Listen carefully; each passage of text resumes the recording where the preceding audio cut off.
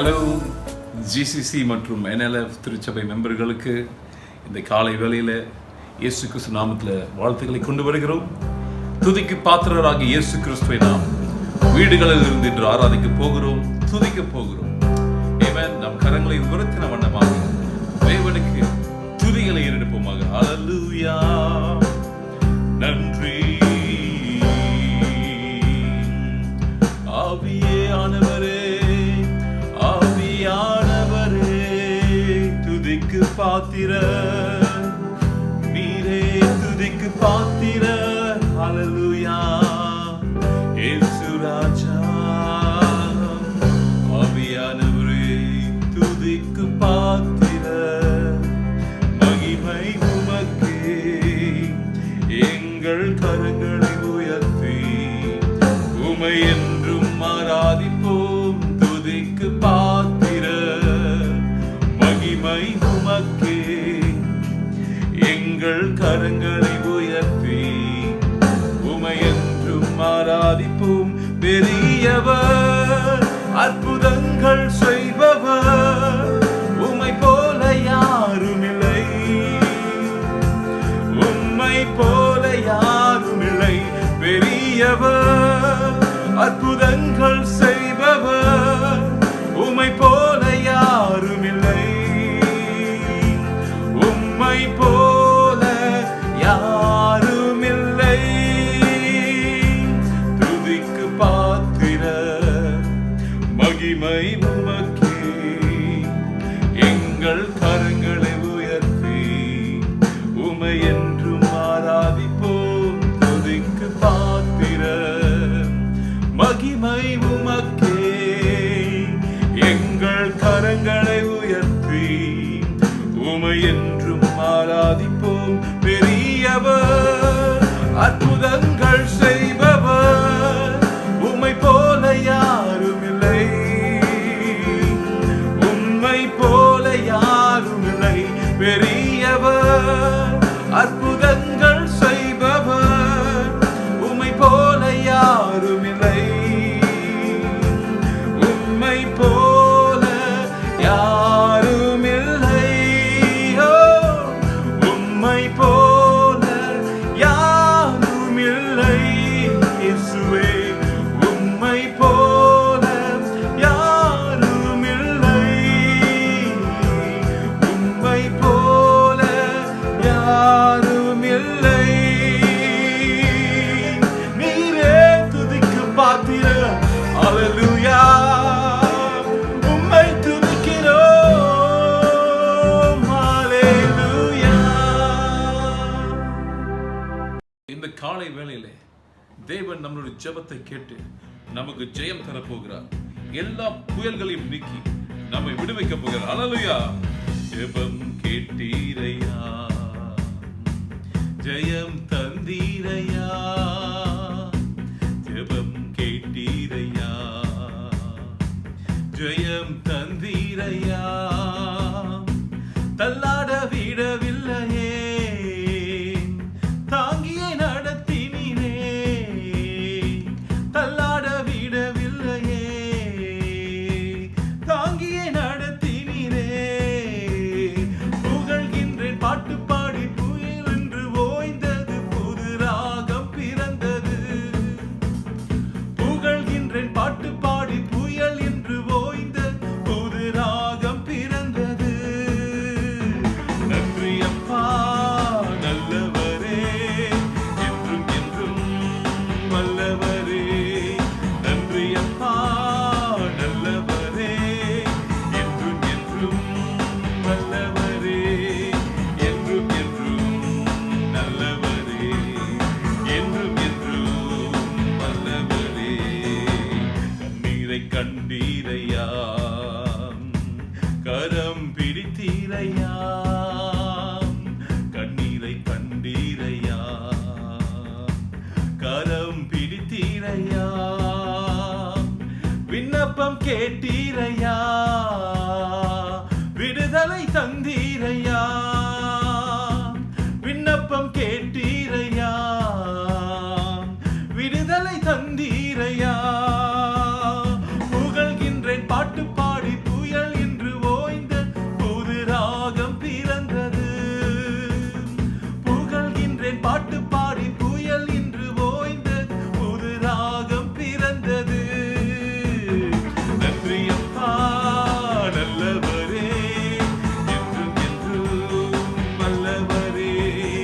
நன்றி அப்பா நல்லவரே, என்றும் என்றும் வல்லவரே, என்றும் என்றும் நல்லவரே, என்றும் என்றும் வல்லவரே.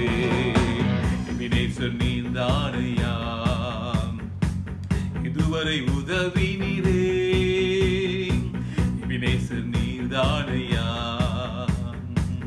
இதுவரை உதவினீரே. எல்ரோயி நீர்தானையா,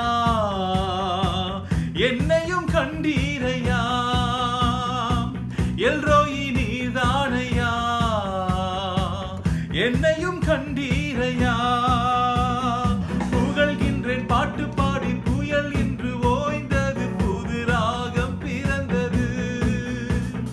புகழ்கின்றேன் பாட்டு பாடி, புயல் என்று ஓய்ந்தது, புது ராகம் பிறந்தது.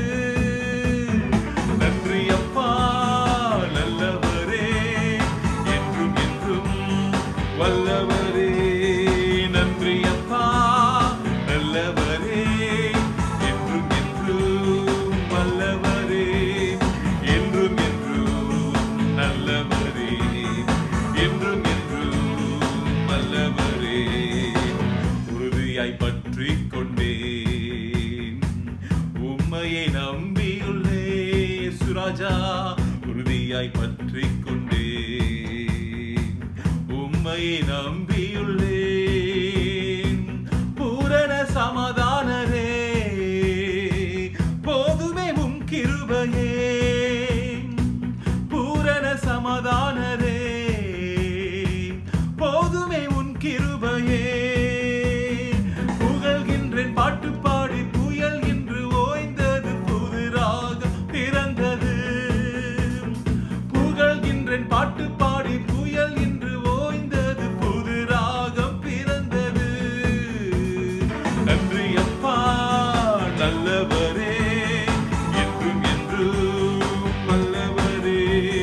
நன்றி அப்பா நல்லவரே, என்றும் என்றும் வல்லவரே, என்றும் என்றும் வல்லவரே, என்றும் என்றும் வல்லவரே, என்றும் என்றும் வல்லவரே, என்றும் என்றும் வல்லவரே. அல்லேலூயா. ஆமென். நம்மளுடைய எல்லா வேதனைகளையும் எடுத்து போட்டு நமக்கு ஜெயம் கொடுக்கக்கூடிய இயேசு கிறிஸ்துவுக்கு எல்லா மகிமையும் நாம் செலுத்துவோமாக. அல்லேலூயா. ஓ நன்றி.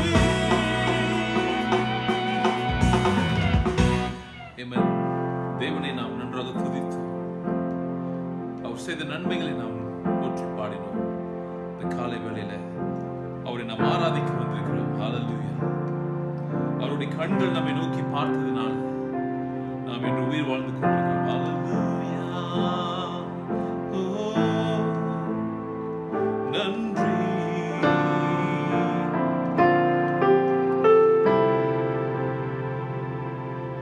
உம் அழகான கண்கள் என்னை கண்டதாலே, முடிந்ததென்று நினைத்த நான் உயிர் வாழ்கின்றேன்.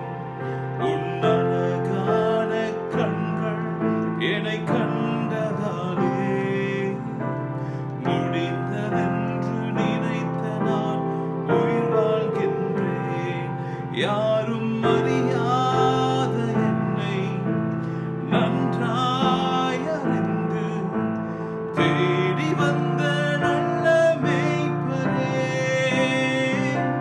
யாரும் அறியாத என்னை நன்றாய் அறிந்து தேடி வந்த நல்ல மேய்ப்பரே. உம் அழகான கண்கள் என்னை கண்டதாலே,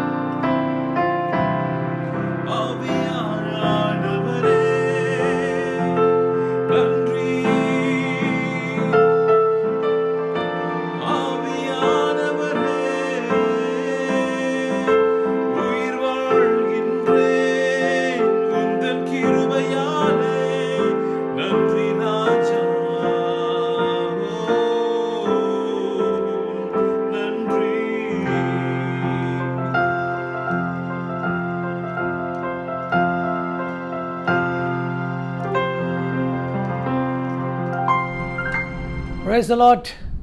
ஒவ்வொருக்கும் காலை வணக்கம். Thank you same. ரொம்ப அற்புதமாக நீங்கள் பாடத்து நடத்திருக்கீங்க. அற்புதமாக இருக்கிற தெய்வ பிரசனத்தை உணர்ந்தோம்.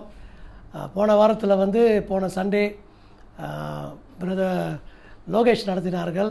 அது ரொம்ப அற்புதமான ஒரு வழி நடத்தல், தேவ பிரசனம் அனைவரும் உணர்ந்தோம். உண்மையாகவே தேங்க்யூ ஜென்டல்மேன்.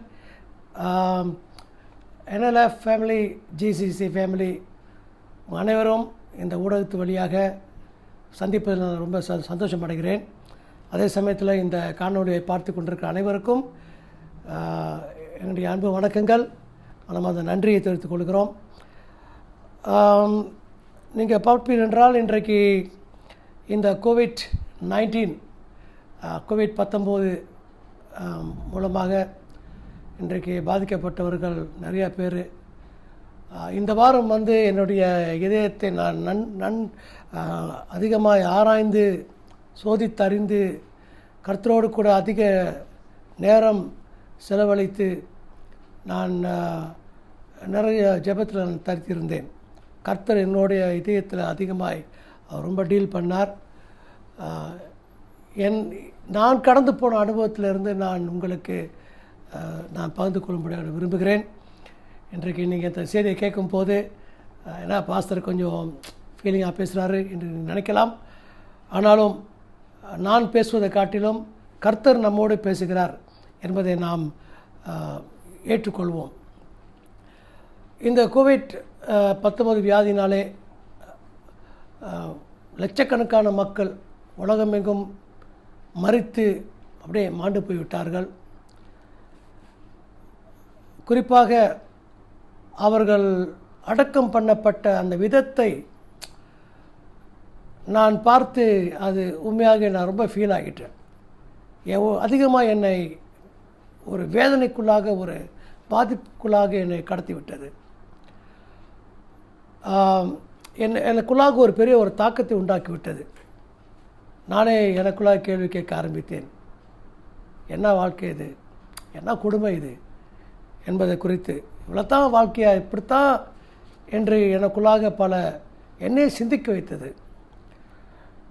நான் நம்புகிறேன் நிச்சயமாக அந்த பரிதாபமான காட்சியை பார்த்தவர்கள் நிச்சயமாக அவர்கள் துக்கப்படாமல் இருக்க மாட்டார்கள் என்று நானும் நம்புகிறேன். இந்த உலகத்தில் இன்றைக்கு நீங்கள் பார்த்தீங்கன்னா மிக டெரிபிள் திங்ஸ் ஹேப்பனிங், நிறையா காரியங்கள் நடந்து கொண்டிருக்கிறது. இந்த உலக மக்கள் எப்பொழுதும் இருக்கிறது போல இல்லை. Things are not the same. அது மட்டுமல்ல, தீர்க்கமாக சொல்கிறார்கள், இனிமேலும் இந்த உலக மக்கள் இப்போ இருப்பது போல இருக்க போகிறது இல்லை, எல்லாமே மாறிடும் என்று தீர்க்கமாக ஒரு சில உலக அறிஞர்கள் சொல்கிறார்கள். குறிப்பாக இந்த லாக்டவுன் மூலமாக நீங்கள் பார்த்தங்க சொன்னால் நம்ம கண்டீராத, நம்ம அனுபவிக்காத காரியங்கள் எல்லாமே இப்போ நம்ம அனுபவித்து கொண்டு இருக்கிறோம். போன வாரத்தில் நீங்கள் பார்த்தங்க சொன்னால் ஒரு சில நண்பர்கள் கர்த்தருக்குள் நித்திரை அடைந்து விட்டார்கள். they just passed away. நம்ம சர்ச் மெம்பர்ஸும் அவங்களுடைய உறவினர்கள் பந்திங்களையோ எங்கேயோ போக முடியாமல் போய்விட்டது. நம்முடைய நண்பர்களும் மரித்த போது அவங்களுடைய அடக்க ஆராதனையில் நம்ம போய் கலந்து கொள்ள முடியாமல் போய்விட்டது. ஒரு ஃபேமிலிக்கு ஒரு ஆறுதல் சொல்ல முடியாமல் போய்விட்டது. ஏதோ கோவிட்-19 சொல்வது போல் உங்கள் ஆறுதல்லாம் தேவையில்லடா அப்படின்னு சொல்கிற மாதிரி இருக்கிறது. ஏன்னா அநேகமில்லை அப்படித்தான். ஒரு வீட்டில் ஒரு இறப்பு இருக்கும்போது அந்த குடும்பம் தான் ரொம்ப துக்கமாக இருக்கிறார்கள், அழுகிறாங்க, புலம்புறாங்க, எல்லாம் செய்கிறாங்க. மற்றவங்க போகிறவங்க எல்லாம் நீங்கள் பார்த்தீங்கன்னா உண்மையாகவே யாரும் சொல்ல போகிறாங்க, அவங்களும் அவங்க காரணத்தை ஜோக் பண்ணிக்கிட்டு ஃபன் பண்ணிக்கிட்டு. ஸோ இந்த கோவிட்-19 மூலமாக நீங்கள் பார்த்தீங்கன்னா ஏதோ ஒன்று சொல்லுகிறது, you know we don't need your comfort and things like that. Okay, அது மட்டும் இல்லை, நீங்கள் பார்த்தீங்கன்னா ஹாஸ்பிட்டலில் யார் இருந்தால் கூட அவங்களுக்காக போய் அவங்க சந்தித்து ஜபிக்கிறதுக்கும் நமக்கு அந்த வாய்ப்பு இல்லாமல் இருக்கிறது. நான் நினச்சேன், நாமும் அப்படி ஒரு சிச்சுவேஷன் ஏற்பட்டால் நமக்கும் அப்படித்தானே இருக்கும் என்று நினைத்து நான் கொஞ்ச நேரம் என் மனசில் நான் கலங்கி கொண்டேன். குட் ஃப்ரைடே, ஈஸ்டர் இதெல்லாம் நம்ம ஆறுதலை கூட முடியாமல் போய்விட்டது. இன்னும் அதோட பாதிப்புகளை சொல்லப்போனால் இன்னும் அப்படியே இன்னும் எவ்வளோ காரியம் இருக்கிறது. அதே சமயத்தில் ஒரு கமெடியான ஒரு காரியம் என்றால், இந்தியாவில் பார்த்தீங்கன்னா சில வாலிபர்கள் தங்களுடைய அவங்க வீடியோ எடுத்துகிட்டு போயிட்டு வில்லேஜாக போய் சில காமெடியான காரியங்கள் செய்து கொண்டிருக்கிறார்கள். பார்க்கும்போது சிரிக்க வைக்கிறது. உண்மையாகவே சில வில்லேஜில் நீங்கள் பார்த்தீங்கன்னா இந்த கொரோனாவுடைய அந்த வியாதி, அந்த கொரோனாவுடைய அந்த வைரஸ்க்கு உண்மையாக அந்த பேர் கூட சொல்ல தெரியாமல் இருக்குது. அப்போ இதை படம் பிடிச்சி ஒரு சீனாக எடுத்து குறிப்பாக அம்மாமார்கள், வயசான அம்மாமார்களை, ஒரு சில அம்மாமார்கள் சொர்ணா அப்படின்னு சொல்லுதுங்க, ஒரு சில அம்மாமார்கள் கருணான்னு சொல்லுதுங்க, ஒரு சில கருணான்னு சொல்லுதுங்க, ஒரு சிலர் இங்கே பார்த்தீங்கன்னா குக்கரான்னு சொல்லுது. பல விதத்தில் பல விதமான பேர்கள் நம்ம கேட்கும்போது நமக்கே கேட்க சிரிப்பாக இருக்கிறது.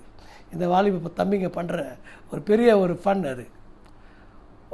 ஒரு வீடியோவில் பார்த்தேன், இந்த கொரோனா ஒரு பண்டிகை நினச்சிக்கிட்டு இருக்கான் ஒரு பையன். அவன் நான் ஊருக்கு போகிறேன், அடுத்த பண்டிகை எப்போ வரும், அரசாங்கத்துக்கு ஒரு நன்றியா அப்படின்னு சொல்லிட்டு போயிட்டுருக்கேன். உண்மையாக இதுக்கு என்ன அர்த்தம் கூட தெரியாமல் இருக்கிறாங்க ஒரு சிலர். ஆனாலும் இந்த லாக்டவுன் மூலமாக நீங்கள் பார்த்தீங்கன்னா நம்ம என்ன செய்திருக்குன்னு சொன்னால், இது நம்ம அப்படியே பூட்டி வைத்து, நம்ம வீட்டோடு பூட்டி வைத்து தனித்து இருக்கும்படியாக நம்ம தனிப்படுத்தி விட்டது இந்த லாக்டவுன் என்று நம்ம பார்க்குறோம். இந்த லாக்டவுன் என்ற அந்த வார்த்தைக்கு பலர் பலவிதமான விளக்கங்களை தருகிறார்கள். அந்த வார்த்தைகளை வரிசைப்படுத்தி ஒரு சில காரியங்கள் ரொம்ப இன்ட்ரெஸ்டிங்காக இருக்கிறது. நிறையா பேர் என்னுடைய வாட்ஸ்அப்பில் அவங்க அனுப்பியிருக்கிறாங்க இந்த லாக்டவுனை பற்றி. இந்த வார்த்தை கேட்க இன்ட்ரெஸ்டிங்காக இருக்கிறது. அன்றைக்கு பிரதர் ஆந்தனி எனக்கு அனுப்பியிருந்தார் போர்ட்லேண்ட்லேருந்து. கேளுங்க, அந்த LOCKDOWN முதல் வார்த்தைக்கு listen to God's voice and reflect, let go and let God. கர்த்தருடைய சத்தத்தை கேளுங்கள், விட்டுருங்க, கர்த்தர் பார்த்துக்குவார். ஓ அடுத்த வார்த்தை, obey his word and his teachings. கர்த்தருடைய வார்த்தைக்கு கீழ்ப்படிந்து அவருடைய போதனைக்கு நாம் ஒப்பு கொடுப்போம். C, call on Jesus name and be calm. கர்த்தருடைய நாமத்தை கூப்பிட்டு அமைதியாக இருப்போம். K, know that God has a purpose for all this.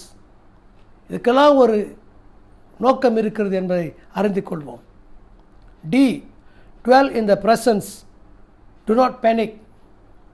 கர்த்தருடைய பிரசனத்தை தரித்திருப்போம், பதற வேண்டாம். ஓ, offer a prayer for everyone's safety. ஜெபம் பண்ணுங்கள், எல்லாருடைய சுகத்துக்காகவும் நலத்துக்காகவும். W, wait on the Lord and be patient. This too shall pass. கர்த்தருக்கென்று நாம் பொறுமையோடு காத்திருப்போம், இதுவும் கடந்து போய்விடும். கடைசியான வார்த்தை nurture our personal relationship with God. கர்த்தரோடு கூட இருக்கக்கூடிய நம்முடைய உறவை நாம் வலுப்படுத்திக் கொள்வோம். ரொம்ப இன்ட்ரெஸ்டிங்காக இருக்கிறது கேட்கும்போது. உங்களுக்கு வேறு ஏதாவது கண்ட்ரிபியூஷன் இருந்தால் என்னை வாட்ஸ்அப்புக்கு அனுப்பிவிடுங்க. நான் இதை நான் விரும்பி படிக்கிற ஒரு ஆள். நான் கர்த்தர் ஸ்தோத்திரம். இன்னொரு முக்கியமான ஒரு லாக்டவுனை பற்றி சொல்லப்பட்ட ஒரு காரியம் என்றால், பழைய ஏற்பாடில் யாத்திரியாகமம் 13ஆம் அதிகாரத்தில் இஸ்ரேல் மக்கள் அவர்கள் அந்த எகிப்து தேசத்தை விட்டு வெளியேறும் போது கர்த்தர் அவர்களை வீட்டோடு இருக்கும்படியாக, பஸ்கா பண்டிகை கொண்டாடும்படியாக வீட்டோடு இருக்கும்படியாக கூட சங்கார தூதன் அந்த தேசம் முழுவதும் அவன் அப்படியே அசைவாடி கொண்டிருக்கிறான், எல்லா முதல் பேரானவர்களை அளிக்கும்படியாக. அப்போ அது ஒரு அருமையான ஒரு விளக்கம். அது வெரி குட். ஆனால் எனக்கு பிடித்தது இன்னொரு முக்கியமான ஒரு காரியம். இதை பற்றி தான் கர்த்தர் என்னோடு பேசி கொண்டிருக்கிறார் இந்த வாரத்தில். என்னோடு மட்டுமல்ல, தேவ ஜனங்களாகிய இந்த NLF ஜிசிசி குடும்பம், கர்த்தர் உங்களோடு கூட இந்த வார்த்தை பேசும்படியாக அவர் ரொம்ப விரும்புகிறார். அந்த வார்த்தை என்னவென்றால் மத்தேயு 6ஆம் அதிகாரம் 6ஆம் வசனத்தில், நீயோ ஜெபம் பண்ணும் போது உன் அறை வீட்டுக்குள் பிரவேசித்து உன் கதவை பூட்டி. இந்த வார்த்தையை நாம் முழுமையாக வாசிப்போம். மத்தேயு 6ஆம் அதிகாரம் 6ஆம் வசனம் 9ஆம் பக்கம் புதிய ஏற்பாடில் இப்படியாக போட்டிருக்கிறது, நீயோ ஜெபம் பண்ணும் போது உன் அறை வீட்டுக்குள் பிரவேசித்து உன் கதவை பூட்டி அந்தரங்கத்தில் இருக்கிற உன் பிதாவை நோக்கி ஜெபம் பண்ணு. அப்பொழுது அந்தரங்கத்தில் பார்க்கிற உன் பிதா வெளியரங்கமாய் உனக்கு பலன் அளிப்பார். அருமையான ஒரு வார்த்தை. கர்த்தர் இந்த வார்த்தை மூலமாக பேசிக்கின்றிருந்த ஒரு காரியம் என்னவென்றால், என் தாசனாகிய எஸ்ரா முத்து, இத்தனை வருஷ காலம் நீ உன்னுடைய வெளிப்புறத்தை நீ அதிகமாய் கவனம் செலுத்தியிருந்தாய். வெளிப்புறத்திலேயே you want to look good. வெளிப்புறத்தில் மக்களை நீ இம்ப்ரெஸ் பண்ணிக்கிட்டு இருந்த. வெளிப்புறத்தில் தான் நீ ஊழியம் செய்து கொண்டிருந்தாய். வெளிப்புறத்தில் தான் ஜெபம் பண்ண, வெளிப்புறத்தில் தான் கர்த்தரை ஆராதித்தாய். பப்ளிக், இதெல்லாம் ஜனங்கள் பார்வைக்கு. நம்ம பெரும்பாலும் நம்ம வெளியரங்கத்தை தான் அதிகமாக நம்ம கான்சென்ட்ரேட் பண்ணுறோம். ஆனால் கர்த்தருடைய கவனமோ நம்முடைய உட்புறம் எப்படி இருக்கிறது? இந்த 1 சாமுவேல் 16ஆம் அதிகாரம் 6-7 வசனங்களை நீங்கள் வாசிப்பீர் என்றால், மனுஷன் முகத்தை பார்ப்பான், கர்த்தரோ இருதயத்தை பார்க்கிறார் என்றார். அதை நம்ம ஃபுல்லாக படிப்போம். 1 சாமுவேல் 16ஆம் அதிகாரம் 6-7 வசனங்கள். எல்லாருக்கும் தெரிந்த ஒரு வசனம்தான், ரொம்ப பிரபலமான ஒரு வேத பகுதி. அவர்கள் வந்தபோது அவன் எலியாபை பார்த்தவுடனே, கர்த்தரால் அபிஷேகம் பண்ணப்படுபவன் இவனாக்கும் என்றான். கர்த்தர் சாமுவேலை நோக்கி, நீ இவனுடைய முகத்தையும் இவனுடைய சரீர வளர்ச்சியும் பார்க்க வேண்டாம், நான் இவனை புறக்கணித்தேன். பாருங்க, கர்த்தர் ஒரு மனுஷனை புறக்கணிக்கிறாரு. என்ன ஒரு புதுமையாக இருக்குது பார்த்தீங்களா? மனுஷன் முகத்தை பார்ப்பான், கர்த்தரோ இருதயத்தை பார்க்கிறார் என்றார். இந்த காலகட்டத்தில் நீங்கள் பார்த்தீங்கன்னா, சவுல் அரசன் அழைக்கப்பட்டவன், விசேஷமான பணிக்கென்று அந்த இஸ்ரவேல் தேசத்தை நடத்தும்படியாக அழைக்கப்பட்டவர். ஆனாலும் ஒரு காலகட்டத்தில் தேவனால் புறக்கணிக்கப்பட்டவர். ஒரு புது ராஜாவை இந்த தேசத்துக்கு தேடும்படியாக சாமுவேல் அனுப்புகிறார். அப்பொழுது சாமுவேல் தீர்க்கதரிசி அந்த ராஜாவை தேடி போகிறார். அந்த கதை நமக்கு தெரியும். அப்போ ஏசாவோட வீட்டுக்கு போகும்போது அங்கே அவருடைய எல்லா குமாரனும் வரிசைப்படுத்தி பார்க்கும்போது எல்லாருமே நல்லா வாட்ட சட்டமாக வெளிப்புறத்தை ரொம்ப ஜோக்காக இருக்கிறாங்க. சாமுவேலே கொஞ்ச நேரம் அவரே கொஞ்சம் ஏமாந்துட்டார். அவர் சொல்கிறார், இவன் தானா நல்லா இருக்கிறானே, ஆள் பர்சனாலிட்டியாக இருக்கிறானே சொல்லிட்டு. ஆனால் ஆண்டவர் சொல்கிறாரு, அவனை பார்த்து, மனுஷன் முகத்தை பார்க்குறான், ஆனால் கர்த்தரோ இதயத்தை பார்க்குறாரு என்று. எத்தனை பேர் இந்த எக்ஸ்ட்ரீம் மேக் ஓவர் என்ற ப்ரோக்ராமை நீங்கள் டிவியில் பார்த்துருக்கீங்க தெரியல. ஃபாக்ஸ் டிவியில், ஃபாக்ஸ் மூவிஸில் நீங்கள் பார்த்தீங்கன்னா இது ஒரு டாக்குமெண்ட்ரி. பெவர்லி ஹில்ஸ் யூஎஸில் நீங்கள் பார்த்தீங்கன்னா ஒரு கூட்டம் இருக்கிறாங்க. அவங்க என்ன செய்கிறாங்க சொன்னால், ரொம்ப உருவத்தில் தோற்றத்தில் தோய்ந்து போனவர்கள், ஒரு சிலர் பார்த்தீங்கன்னா அப்படியே ரொம்ப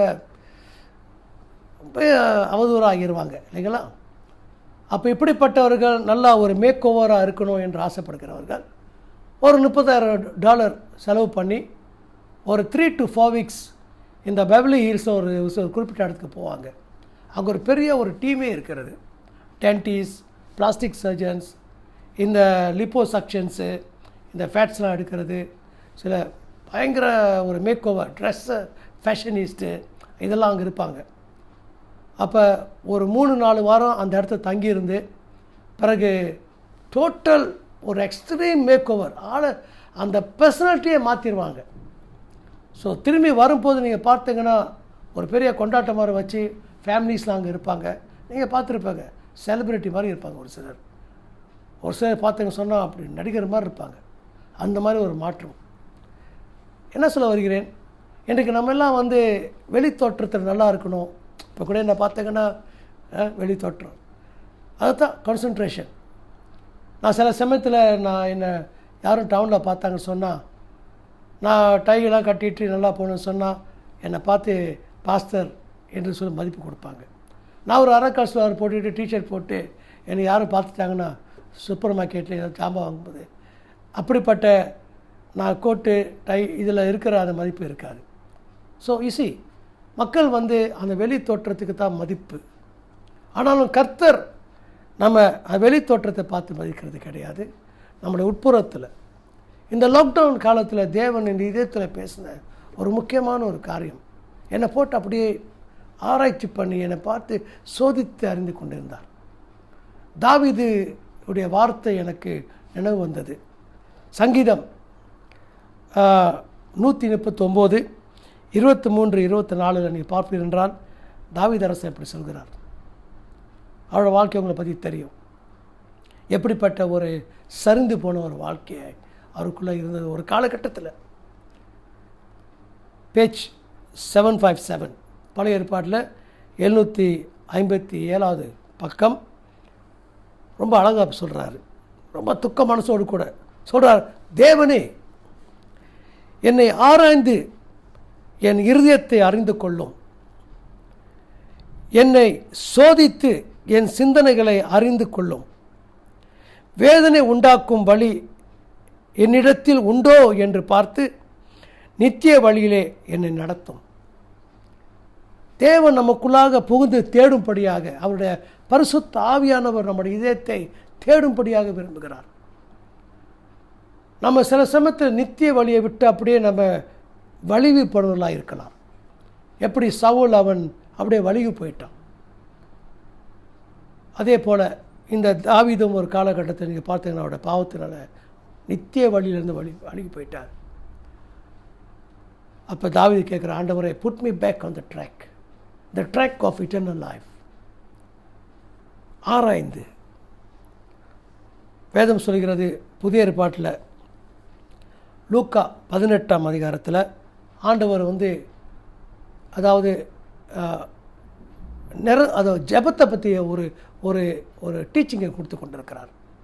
விடாப்பிடியான ஒரு ஜெபம், நல்லா பர்சிஸ்டன்ட் ப்ரேயரை பற்றி பேசி கொண்டிருக்கும்போது அப்புறம் பிறகு நீங்கள் பார்த்துங்க சொன்னால் 9ஆம் வசனத்தில் 18ஆம் அதிகாரம் 9ஆம் வசனத்தில் புதிய ஏற்பாட்டு 110வது பக்கம் 110 அதில் 2 பேர் தேவாலயத்துக்குள்ளாக பிரவேசிக்கிறார்கள். ஒருவன் பரிசியன், இன்னொரு ஆயக்காரன். பரிசியன் எப்படி ஜெபித்தான் என்று நமக்கு தெரியும். அவரையே உயர்த்தி ஏதோ ரொம்ப பர்ஃபெக்டாக ஒப்பிட்டு, இன்றைக்கு நம்ம இந்த உலகத்தில் நிறையா கம்பேர் பண்ணுறோம்.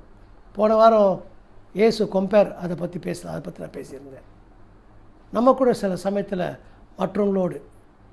மற்றவங்களை பற்றி மட்டமாக நினைக்கிறவர்களை பற்றி ஆண்டவர் இங்கே வந்து ஒரு ஒரு எச்சரிக்கை கொடுக்குறார். இவர் இப்படி ஜெபிக்கிறார். இந்த ஆயக்காரன் அருமையான ஒரு ஜெபம். ஆயக்காரன் 13ஆம் வசனத்தில், தூரத்திலே, நம்ம இன்றைக்கு சபையை விட்டு தூரமாக இருந்து கொண்டிருக்கிறோம். இதுதான் அருமையான நேரம், நம்முடைய இதயத்தை நம்ம அதை ஆராய்ந்து பார்க்கக்கூடிய ஒரு நேரம். தூரத்திலே நின்று தன் கண்களையும் வானத்துக்கு ஏறெடுக்க துணியாமல் தன் மார்பிலே அடித்து கொண்டு, தேவனே பாவியாகிய என் மேல் கிருபையாயிரும் என்று அவன் ஜெபிக்கிறான். ஒரு என்ஜியோகிராம் மாதிரி நம்முடைய இருதயத்தில் என்ன பழுது இருக்குது என்று நல்லா என்ஜியோகிராம் போயிருக்கிறேன். நிறையா பேர் போயிருக்கிறாங்க. எக்கோகிராம் இருக்குது. அப்போ சில சமயத்தை நீங்கள் பார்த்தீங்கன்னா நம்ம வயிற்றுக்குள்ளே பிரச்சனை இருந்தால் ஒரு கேமரா வைப்பாங்க, ஸ்கோப்பு, என்டியோஸ்கோப், சம்திங் லைக் தட், வந்து செக் பண்ணுவோம் உங்களுக்கு. அப்போ அங்கே உள்ள பிரச்சனை காட்டும். அந்த மாதிரி கர்த்தர் நமக்குள்ளாக ஒரு என்டியோஸ்கோப்பி மாதிரி செய்கிறார், என்ஜியோகிராம் மாதிரி. நான் நம்புகிறேன் இந்த லாக்டவுன் கதவை பூட்டி மட்டும் இல்லை, நம்ம வீட்டை பூட்டி மட்டும் இல்லை, நம்ம இதயத்தின் கதவையும் நம்ம பூட்டி நம்ம ஆராய்ந்து பார்த்து கர்த்தர் நம்முடைய நித்திய வழியில் நம்மை வந்து வைக்கும்படியாக கூட ஆசைப்படுகிறார். எத்தனை பேர் தெரியும் நம்முடைய இதயம் நம்மோடு கூட பேசுகிறது என்று?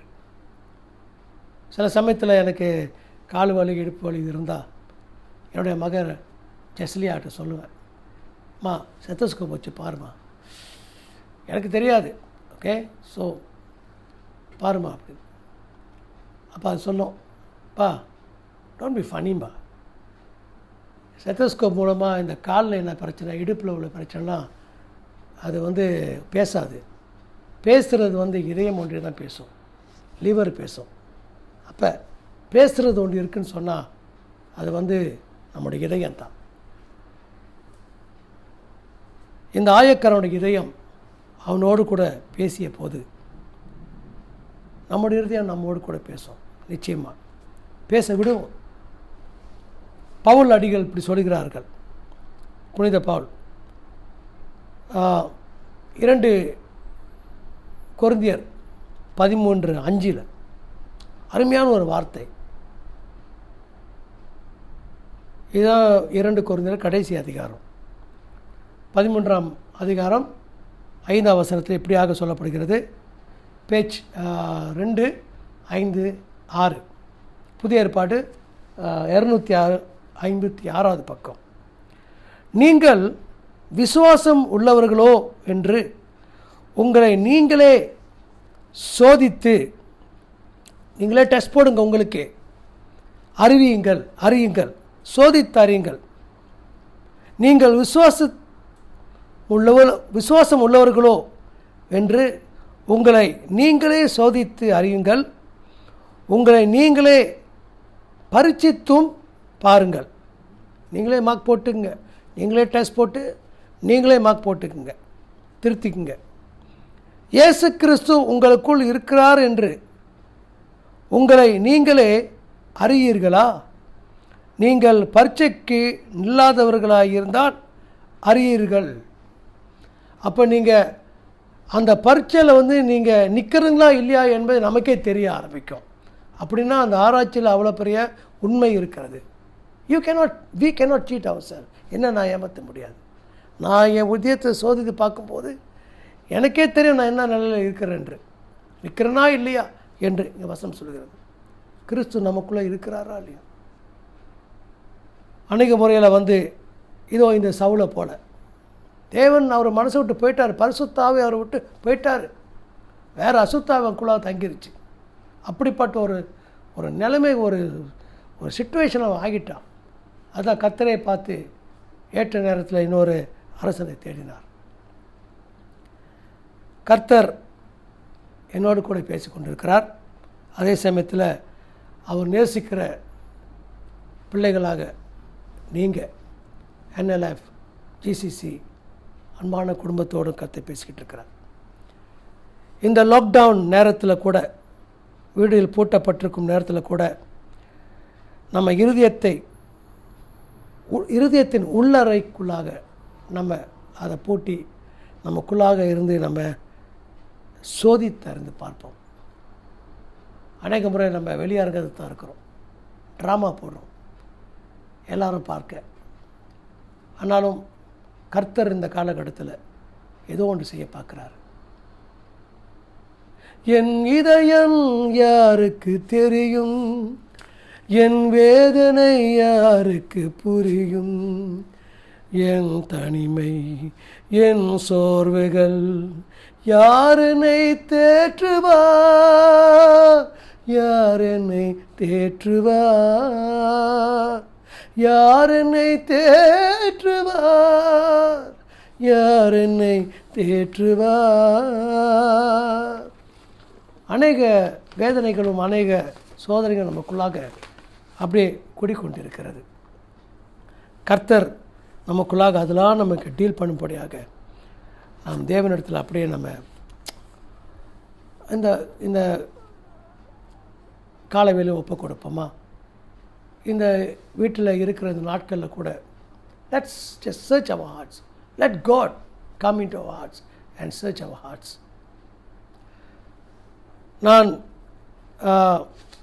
நம்முடைய இதயம் எப்படி இருக்குது, அதுதான் கர்த்தருக்கு மேட்டராக இருக்கிறது. உள்ளே நம்ம அதை ஒழுங்குபடுத்திட்டோன்னு சொன்னால் நம்முடைய வெளியும் அது சரியாகிடும். ஆமென். நான் உங்களுக்கு ஒரு உதாரணத்தை நான் வைக்கும்படியாக கூட விரும்புகிறேன். ஒரு கேஸ் ஸ்டடி, ஒரு குறிப்பிட்ட நபரை பற்றி நம்ம பார்க்க போகிறோம்.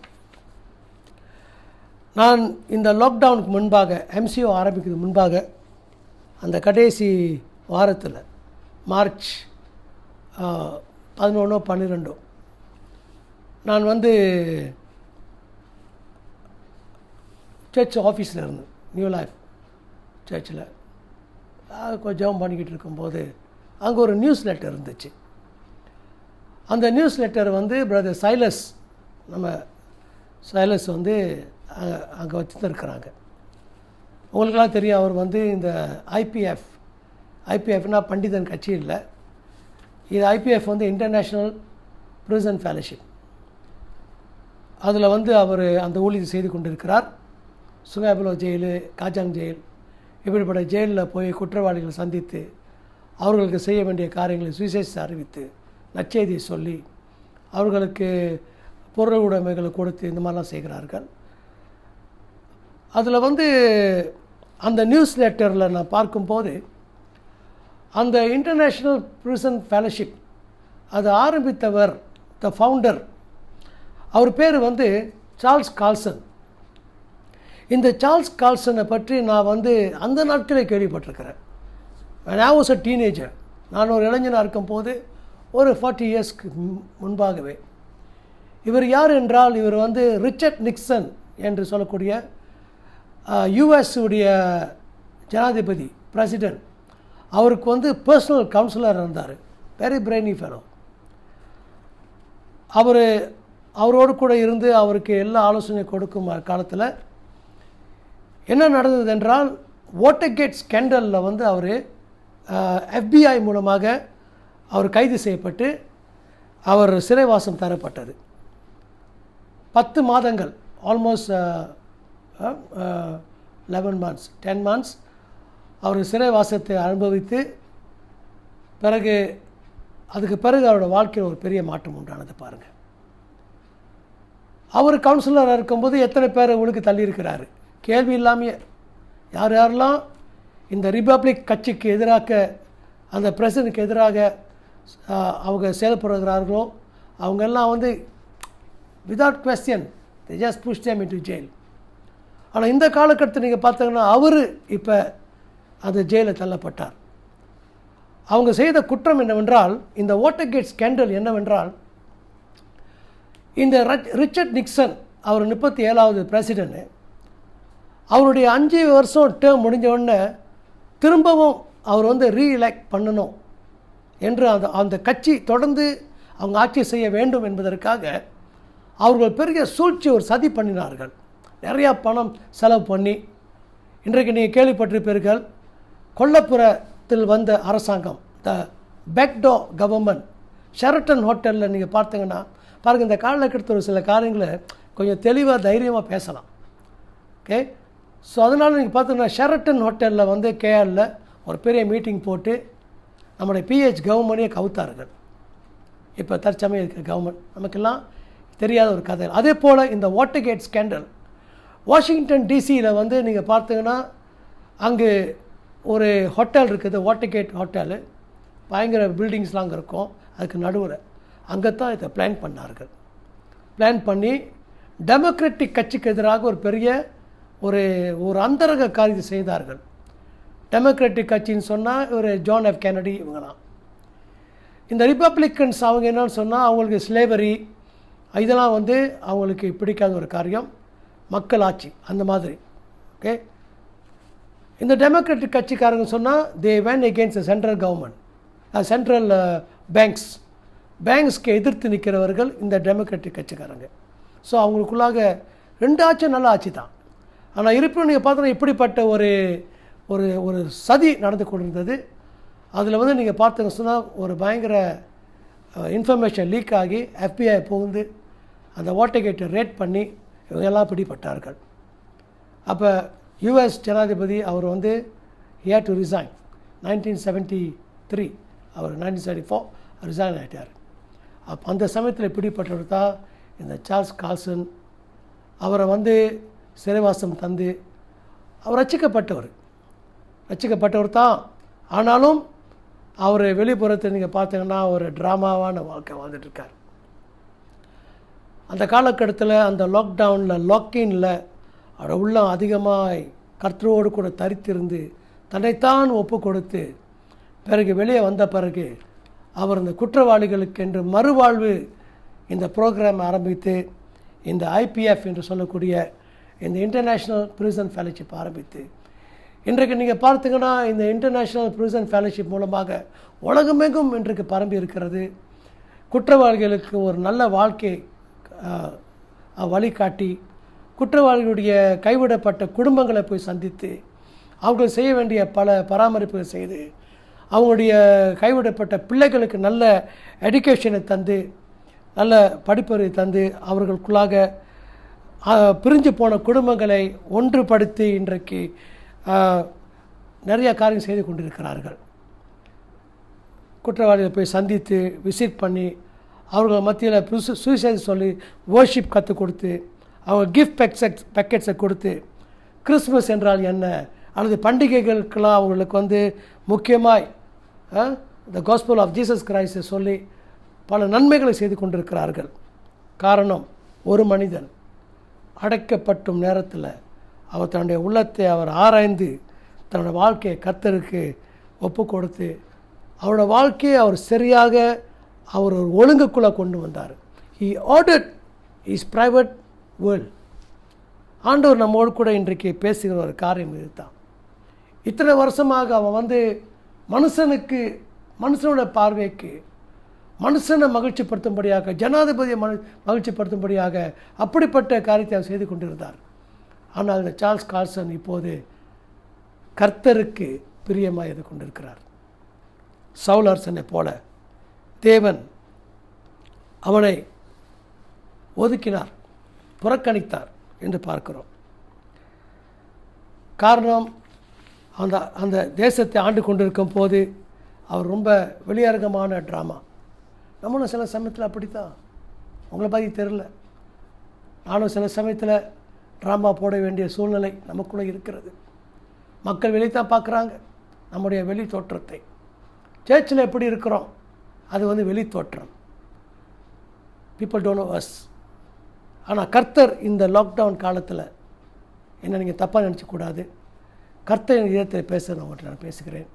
நான் நம்புகிறேன் நிச்சயமாக இந்த லாக்டவுனில் முடிஞ்ச பிறகு நமக்குள்ளாக தேவன் நம்முடைய அந்தரங்க வாழ்க்கையை ஒரு சரியான ஒரு ஆர்டருக்குள்ளே கொண்டு வந்து இதெல்லாம் முடிஞ்சு நம்ம வெளியே வரும்போது உண்மையாகவே நம்ம வந்து ஒரு மாற்றப்பட்டவர்களாய் நம்ம ஒரு கர்த்தர் கரத்தில் ஒரு பிரயோஜனம் இல்லை ஒரு பாண்டமாக இருக்கும்படியாக மனுஷன் முகத்தை பார்ப்பான், ஆனால் கர்த்தரோ இதயத்தை பார்க்கிறார்.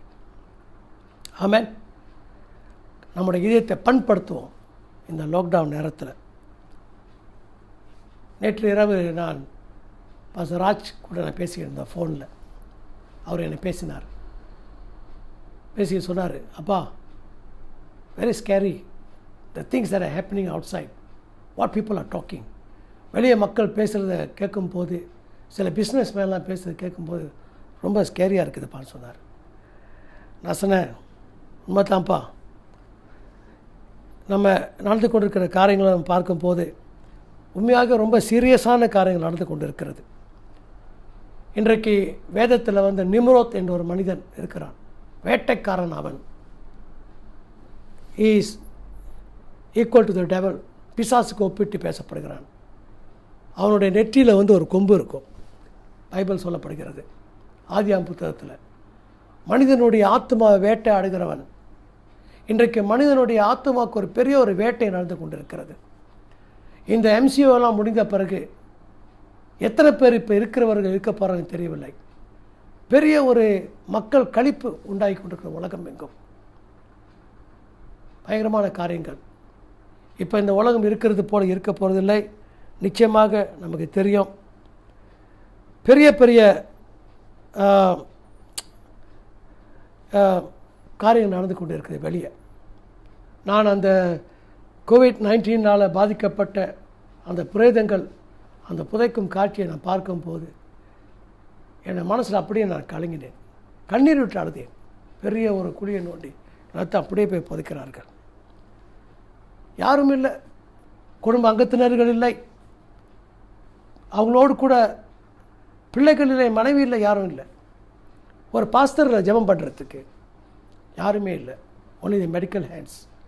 அப்படியே போய் கொட்டி புதைக்கிறாங்க. ஆனாலும் ஒருத்தர் இருப்பார் நிச்சயமாக. நான் மரண இருளின் பள்ளத்தாக்கில் நடந்தாலும் நான் பொல்லாப்புக்கு பயப்படேன்.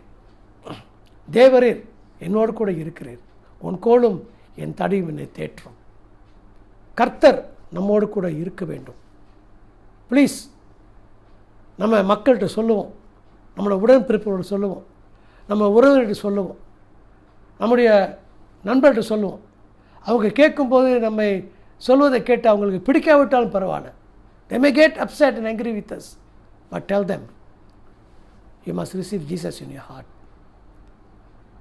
Praise the Lord. ஏன்னா யார் இருக்க போகிறாங்க, யார் இருப்பார்கள் தெரியாது நமக்கு. கர்த்தர் இருப்பார் கடைசி வரைக்கும் நம்மோடு கூட. இந்த லாக்டவுன் காலகட்டத்தில் கதவு போட்டு நம்ம வீட்டை கதவு சாத்துறது மட்டும் இல்லை, நம்முடைய இதே கதவை நம்ம சாத்தி பூட்டி நம்ம அப்படியே நம்மளோட வாழ்க்கையை நம்ம ஆராய்ந்து பார்ப்போம். கர்த்தர் நம்ம ஒப்பு கொடுப்போமாக. ஹல்லேலூயா. கர்த்தர் அனைவரும் ஆசீர்வதிப்பாராக. தேவன் ரொம்ப அதிகமாக நேசிக்கிறார் நம்மை. தேவன் நம்மோடு கூட அதிகமாக இடப்படும்படியாக விரும்புகிறார். ஜெபம் செய்வோமா? இந்த ஞாயிற்றுக்கிழமை பொழுதில் கர்த்தர் அனைவரும், இந்த ஊடகத்தை பார்த்து கொண்டிருக்கிற அனைவரும், அங்கங்கே பார்த்து கொண்டிருக்கிற அனைவரையும் தேவன் அவிரதமாக ஆசீர்வதிப்பாராக ஜெபிக்கிறேன். ஜெபம் செய்வோம். தலைகளை உயர்த்தி, நம்ம கரங்களை உயர்த்தி நம்ம கர்த்தரை கண்ணோக்கி பார்ப்போமா? அன்புள்ள பரம தகப்பனே, எங்களை நேசிக்கிறவரே, உங்கள் மகனை திருக்குமாரனை எங்களுக்காக அனுப்பி எங்களுக்காக சிலுவையில் தொங்கி ரத்தம் சிந்தி ஜீவனை விட்டவரே, இந்த ரட்சிப்பை எங்களுக்காக இலவசமாய் தந்தவரே, நாங்களெல்லாம் நல்லா இருக்கணும் என்பதற்காக தேவனே உங்கள் மகனை நீங்கள் வேதனைக்குள்ளாக நீங்கள் கடந்து போகும்படியாக அனுப்பினீர்களே, அதுக்காக நன்றி செலுத்துகிறோம். இந்த ஊடகத்தை பார்த்து கொண்டிருக்கிற ஒவ்வொரு குடும்பத்தையும், குடும்ப தலைவர்கள், குடும்ப தலைவிகள், அண்ணன்மார்கள், தம்பிமார்கள், ஆண்டு பசங்க, எல்லா பேர பிள்ளைகளையும் ஆசீர்வதிக்க ஜெபிக்கிறோம். கர்த்தாவே, சுகத்தோடு பலத்தோடு காத்துக்கொள்ளுங்க ஆண்டவரே. தேவனுடைய செய்தி பிரகாரம் நாங்கள் இந்த வாரம் முழுவதும் என்னுடைய இதயத்தை நாங்கள் அதிகமாக ஆராய்ந்து எங்கள் உள்ளான மனிதனை உட்புறத்திலே எங்களோட வாழ்க்கையை நாங்கள் ஒரு ஒழுங்கு கொண்டு வரும்படியாக கூட எங்களுக்கு நீங்கள் உதவி புரியும்படியாக பரிசுத்த ஆவியானவரே உங்கள் திருக்கரத்தை ஒப்புக் கொடுக்குறோம். இயேசு கிறிஸ்து நாமத்தில் ஜெபிக்கிறோம் ஜீவனில் நல்ல பிதாவே. ஆமென், ஆமென். பிதாவுடைய அன்பும் இயேசு கிறிஸ்து கிருபையும் பரிசுத்தாவுடைய அன்னோனி ஐக்கியம் சமாதானமும் நம் அனைவரோடும் இன்றும் என்றும் சதா காலம் இருப்பதாக. ஆமென், ஆமென். புதன்கிழமை இரவு, வெள்ளிக்கிழமை இரவு உங்களுக்கு தலைவர்கள் சில பாடல்கள் நடத்தி தேவ செய்தி கொடுப்பார்கள் சுருக்கமாக. பிறகு நான் ஜெப விண்ணப்பங்களை அனுப்பி வைப்பேன், உலக வரப்படுத்தி அனுப்பி வைப்பேன். நீங்கள் ஜெபம் பண்ணுங்கள், ஜெபத்தில் தரித்திருப்போம். ஹல்லேலூயா. ஸோ பயப்பட வேண்டாம், கர்த்தர் நம்மோடு கூட என்றும் இருக்கிறார். ஆமென். God bless you all. Amen.